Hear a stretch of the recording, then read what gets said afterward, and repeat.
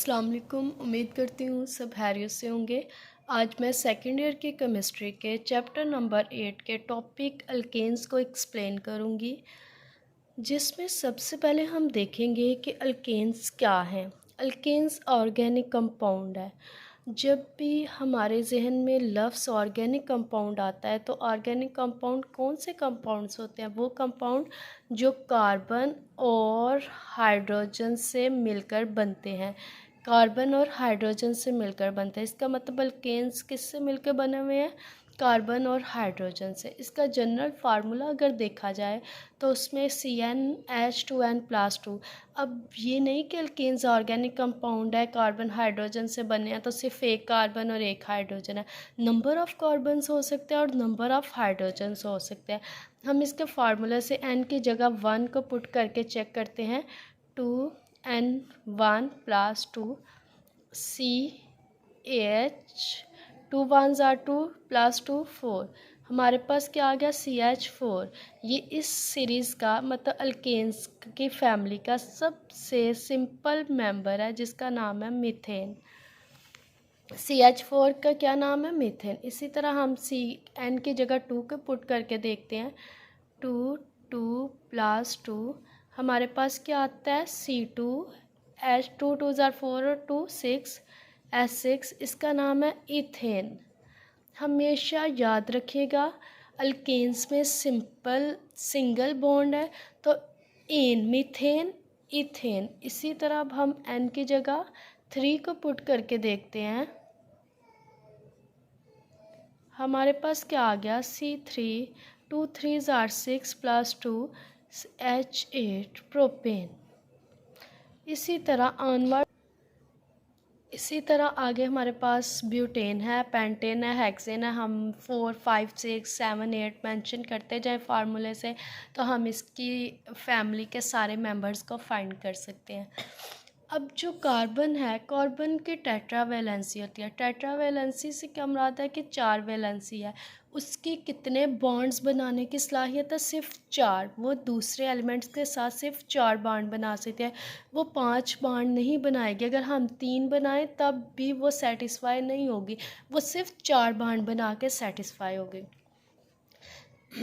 ये तो अल्केन्स का थोड़ा सा इंट्रो था। अब मैं इसके प्रिपरेशन को एक्सप्लेन करती हूँ कि हमने लेबॉर्ट्री में या अल्केन्स को किस तरह बनाया था। सबसे जो पहला मेथड है वो है हाइड्रोजिनेशन ऑफ अनसैचुरेटेड हाइड्रोकार्बन्स। सबसे पहले हमें ये पता होना चाहिए हाइड्रोजिनेशन क्या है और अनसैचुरेटेड हाइड्रोकार्बन्स क्या है। हाइड्रोजिनेशन का मतलब है एडिशन ऑफ हाइड्रोजन। किसको ऐड करना? हाइड्रोजन को ऐड करना। किस में? अनसैचुरेटेड हाइड्रोकार्बन्स में। अनसैचुरेटेड हाइड्रोकार्बन्स कौन से हाइड्रोकार्बन्स है? वो कार्बन और हाइड्रोजन जिनके दरमियान डबल बॉन्ड है या ट्रिपल बॉन्ड है। अगर सैचुरेटेड हाइड्रोकार्बन्स हो तो उनके दरमियान सिंगल बॉन्ड होता है। ये दो बातें जहन में रखनी है कि हाइड्रोजिनेशन करवानी है अनसैचुरेटेड हाइड्रोकार्बन्स की, मतलब डबल बॉन्ड वाले कंपाउंड लेके या ट्रिपल बॉन्ड वाले कंपाउंड लेके उनकी हाइड्रोजिनेशन करवानी है तो हमारे पास क्या आना है? अल्केन आना है। अब मैं कोई जनरल हाइड्रोकार्बन लेती हूँ जो कि अनसैचुरेटेड हो। मैंने पहले ही बताया कि अनसैचुरेटेड में डबल बॉन्ड होता है या ट्रिपल। अब मैंने एक ऐसा हाइड्रोकार्बन लिया है जो अनसैचुरेटेड है, ठीक है। उसमें मैंने क्या ऐड करवाना है? हाइड्रोजन को ऐड कर। अब मैं ये एक रिएक्शन करवा रही हूँ जिसमें मैंने हाइड्रोजन को तो ऐड कर दिया और एक कैटलिस्ट भी ऐड कर दिया है जिसका नाम निकल है। और टेम्परेचर कितना अपनी लैब का रख लिया? 200 से 300 डिग्री सेल्सियस। अब देखा जाए तो कार्बन ने एक बॉन्ड इधर बनाया हुआ है और के साथ एक कार्बन ने इस हाइड्रोजन के साथ बॉन्ड बनाया हुआ है ना। मैं इधर एक्सप्लेन करके लिख देती हूँ। और 2 बॉन्ड ये 1 2 3 4। इस कार्बन ने 4 बॉन्ड सेटिस्फाई किए हुए हैं। अब इस कार्बन के देखे जाए 2 बॉन्ड ये हैं और 2 हाइड्रोजन ये हैं। इनको भी मैं एक्सप्लेन करके लिख लेती हूँ। तो 1 2 3 4। अब इस हाइड्रोजन ने ऐड होना है तो इसकी कहाँ जगह होगी? कार्बन ने तो अपनी वैलेंसी को सेटिस्फाई किया हुआ है, लिहाजा ये हाइड्रोजन जब ऐड होगा तो डबल बॉन्ड को ब्रेक कर देगा। हाइड्रोजनेशन जब भी होगी तो हाइड्रोजन ऐड होकर अनसैचुरेटेड हाइड्रोकार्बन्स को किस में कन्वर्ट कर देगा? सैचुरेटेड हाइड्रोकार्बन्स में।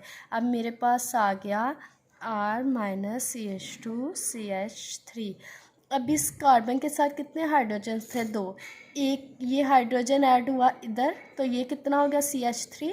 और एक हाइड्रोजन इसके साथ ऐड हो गया ये इस कार्बन के साथ एक हाइड्रोजन था, अब इधर कितने हो गए? 2। और डबल बॉन्ड ब्रेक हो गया, सिंगल में चेंज हो गया, क्योंकि हाइड्रोजन ने खुद को ऐड करना था, लिहाजा उसे जगह चाहिए थी, उसने एक बॉन्ड को ख़त्म किया और अपनी जगह बनाई। अब देखा जाए तो कार्बन ने 2 हाइड्रोजन के साथ बॉन्ड बनाए हुए हैं, एक R के साथ और एक ये 4 बॉन्ड। इस कार्बन ने 3 इस हाइड्रोजन के साथ और एक इसके 4। जब भी आपने अपने रिएक्शन को करना है, चेक करना हो कि ये हमने सही किया है ये गलत, आप कार्बन की वैलेंसी को सेटिस्फाई करके देख लें। अगर आपको बॉन्ड्स को काउंट करने में कोई कन्फ्यूजन हो तो आपने ये जो H3 है इसको खोल के लिख लेना, एक H इधर, एक H इधर, एक इधर, फिर काउंट करने में आसानी होगी। 1 2 3 4। अब मैं एक एग्जांपल लेती हूँ जिसमें अनसैचुरेटेड हाइड्रोकार्बन ही लिया है लेकिन अल्कीन लिया है।